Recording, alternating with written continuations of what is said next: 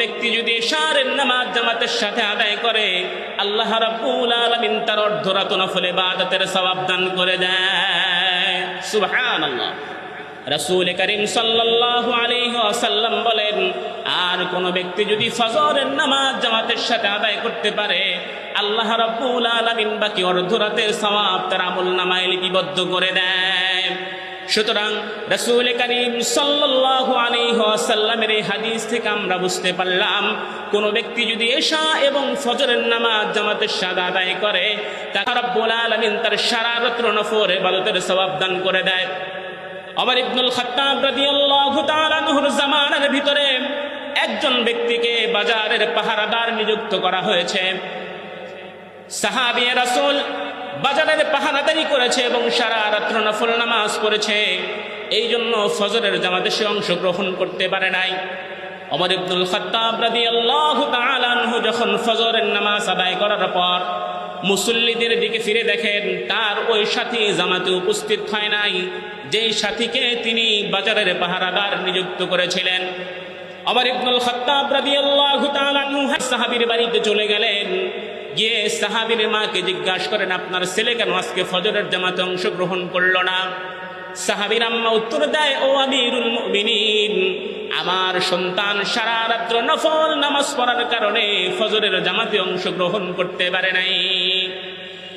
ওমর ইবনুল খাত্তাব রাদিয়াল্লাহু তাআলা আনহু বলেন, আমি ওমর ইবনুল খাত্তাব রাদিয়াল্লাহু তাআলা আনহুর কাছে সারা রাত নফল ইবাদত করার চেয়ে ফজরের জামাতে অংশগ্রহণ করা অধিক উত্তম। সুবহানাল্লাহ।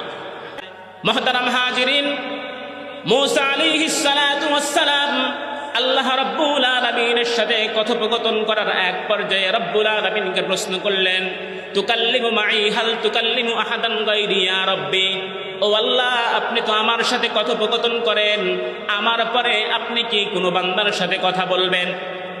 মূসা আলাইহিস সালাম হয়তো ধারণা করেছিলেন তিনি আল্লাহর সাথে কথা বলেন, অন্য কেউ হয়তো এভাবে কথা বলতে পারবে না। রব্বুল আলামিন মূসা আলাইহিস সালামকে আবার প্রশ্ন করলেন, আতাদরি কাম বাইনি ওয়া বাইনিকা ইয়া মূসা, ও মূসা, তুমি কি জানো তোমার আর আমার মাঝে কতটুকু দূরত্ব রয়েছে? মূসা আলাইহিস সালাতু ওয়াস সালাম বললেন, রব্বুল আলামিন, আমার ধারণা অনুযায়ী আপনি হলেন তুর পাহাড়ের চূড়ায় আর আমি হলাম তুর পাহাড়ের পদদেশে।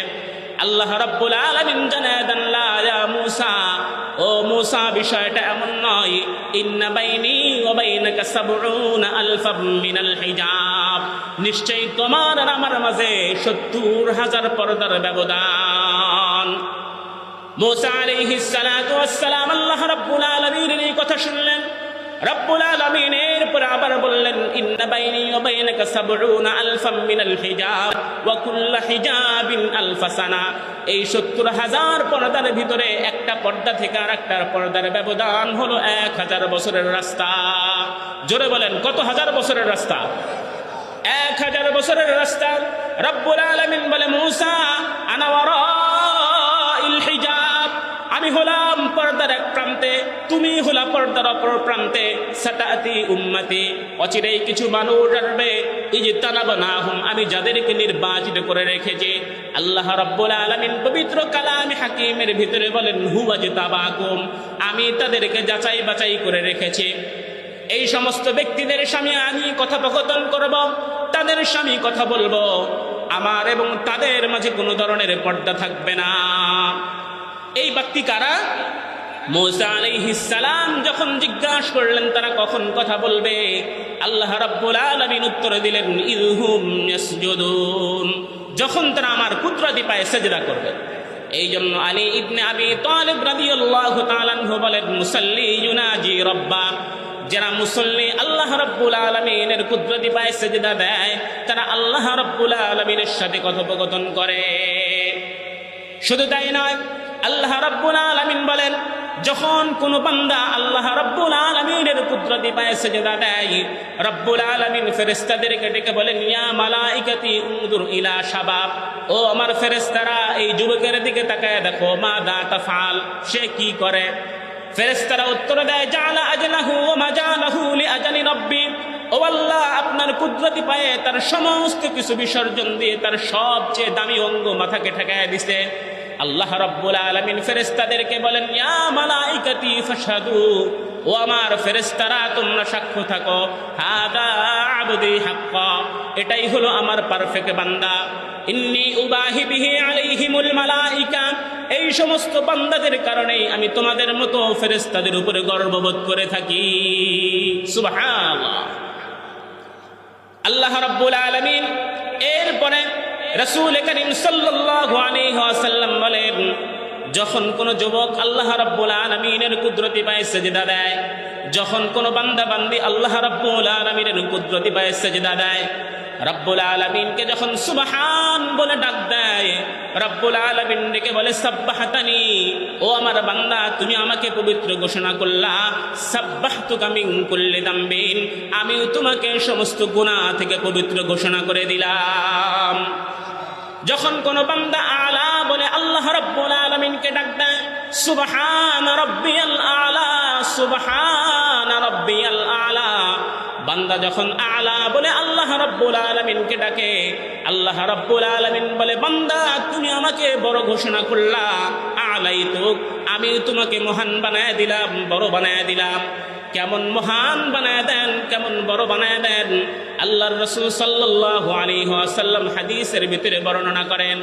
এই সমস্ত বান্দারা আল্লাহ রাব্বুল আলামিনের ইবাদত করতে করতে, আল্লাহ রাব্বুল আলামিনের আনুগত্য করতে করতে যখন একটা সময় এমন আসে, এই বান্দাদেরকে দেখে আল্লাহ রাব্বুল আলামিন লজ্জাবোধ করেন। বলতে পারেন হুজুর কিভাবে লজ্জাবোধ করেন? আল্লাহ রাব্বুল আলামিন এই সমস্ত বান্দারা যখন জমিনের ভিতরে বিচরণ করে, অন্য মানুষ যখন গুনার কারণে নিজেদের উপর আযাব অবধারিত করে নেয়, আল্লাহ রাব্বুল আলামিনের গজব অবধারিত করে নেয়, আল্লাহ রাব্বুল আলামিন এই সমস্ত নেককার বান্দাদের কারণে দুনিয়ায় গজব অবতীর্ণ করে না।